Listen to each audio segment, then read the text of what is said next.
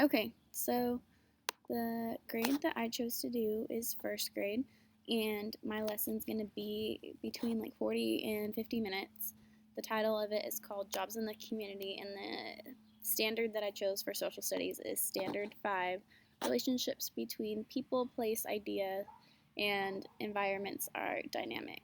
And then the ELA standard that I chose is SL 1.4, and it says use relevant details to describe people, places, things, and events, expressing ideas and feelings clearly.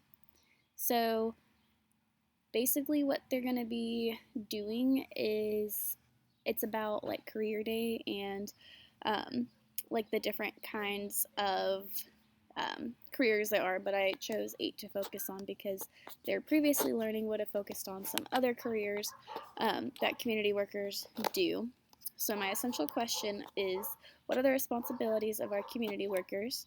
And my objective is students will be able to portray themselves as one of the workers from the book Career Day. And um, so, they're going to be the beginning of my lesson. Is going to start off, and the teacher is going to ask the students, like, how many of you know someone who has a job? And like, you'll see hands go up, and then you'll ask students, like, okay, like, what kind of jobs do they have? And then you're going to let them answer, and then the teacher will say, like, oh, well, today we're going to learn about some of the jobs that we have in our community. Yeah. Who knows what a community is? And then you're going to wait for them to answer, and then you're going to talk about um, the definition of a community. So then you're going to introduce the book to the students, and you're going to say something like, the book that we're going to read is called Career Day, and it talks about some of the jobs people in our community have and what they do at their job, like their responsibilities and stuff. So then you're going to read the book to them, and then so that's the beginning of my lesson. And then the middle of my lesson, students will be learning what is taught in the standard because they are learning how different community members function in society. So after the book, the teacher will put up, I made like a PowerPoint, so it's kind of like a matching game. So you've got like different pictures of the jobs. So like I think one of them is construction worker, you've got artist, you've got a nurse, you've got some other stuff, but it's jobs in the community. And then you're going to have students match the picture to the definition on the other side. So that's one of the activities that they're going to do.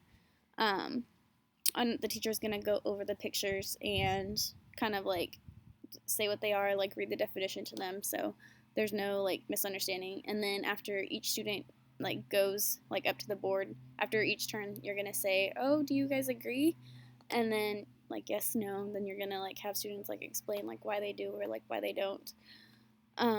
And then another activity is that you have like the pictures of the jobs on one side, and then there's like stuff that could pictures that could go with that job. So they have to kind of like match them. Like artist goes to like paint, or like nurse goes to like the cross on like the hat that they wear, that kind of stuff. And then so that's the middle of my lesson. And then the end of my lesson, the students are going to do a graphic organizer. So the teacher will say something kind of like, when you get to your seats, you'll be drawing yourself as one of the jobs that we learned about today in the big square. And then below that, you're going to list like the responsibility that you do at the job. And then underneath that, you're going to like write why you think people have jobs. So, and then you're going to say like, don't forget to put your name on it, because a lot of students do. So after the directions are given, you'll send them to their seats and have like people, like your teacher helpers, pass out the papers. And then students will show they have mastered the objective by drawing themselves dressed as a career they have learned about today. They will then list their responsibility under that to show that they understand their job. So then the rubric goes like 3, 2, 1, or 2, 1, 0. Sorry.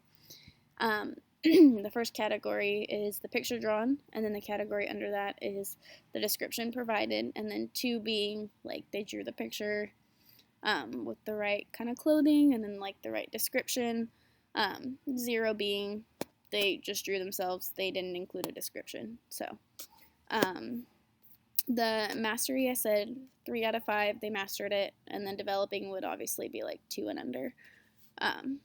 So that's kind of what I did, and then so for the disciplinary literacy, I just kind of like listed like the jobs and kind of like what they do at their job. Like it explains it in the book, but to kind of like go into more detail so they can understand it.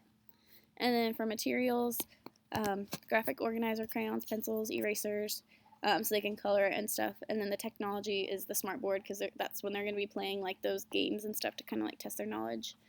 And then the PowerPoint that I created, and then resources was going to be the book that you read to the students. And yeah, that's my lesson.